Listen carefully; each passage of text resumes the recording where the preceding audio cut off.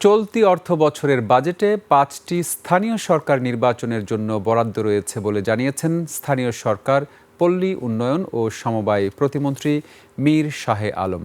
সচিবালয়ে স্থানীয় সরকার বিভাগ এবং পল্লী উন্নয়ন ও সমবায় বিভাগের আওতাধীন দপ্তর, সংস্থা ও প্রতিষ্ঠানসমূহের সৌর বিদ্যুৎ ব্যবহার সংক্রান্ত পর্যালোচনা সভা শেষে তিনি এ কথা জানান। প্রতিমন্ত্রী বলেন, চলতি অর্থবছরের বাজেটে ৫টি স্থানীয় সরকার নির্বাচনের জন্য বরাদ্দ রয়েছে। এসব নির্বাচনে প্রায় ৬,০০০ কোটি টাকা খরচ হবে। এ সময় সৌরবিদ্যুৎ ছাড়া অন্য কোনো উৎসের বিদ্যুৎ ব্যবহার করে ব্যাটারি চালিত ই-রিকশা চার্জ করলে জরিমানা করা হবে বলেও জানান তিনি। সিটি কর্পোরেশন, পৌরসভা, জেলা পরিষদ, উপজেলা এবং ইউনিয়ন পরিষদের জন্য টাকা রাখা আছে। নির্বাচন কমিশন প্রাথমিকভাবে প্রস্তুতি নিচ্ছে। নির্বাচন কমিশনের প্রস্তুতি সম্পন্ন হলে নির্বাচন কমিশন, স্থানীয় সরকার বিভাগ এবং অর্থ বিভাগ আমরা বসে সময়টি নির্ধারণ করব।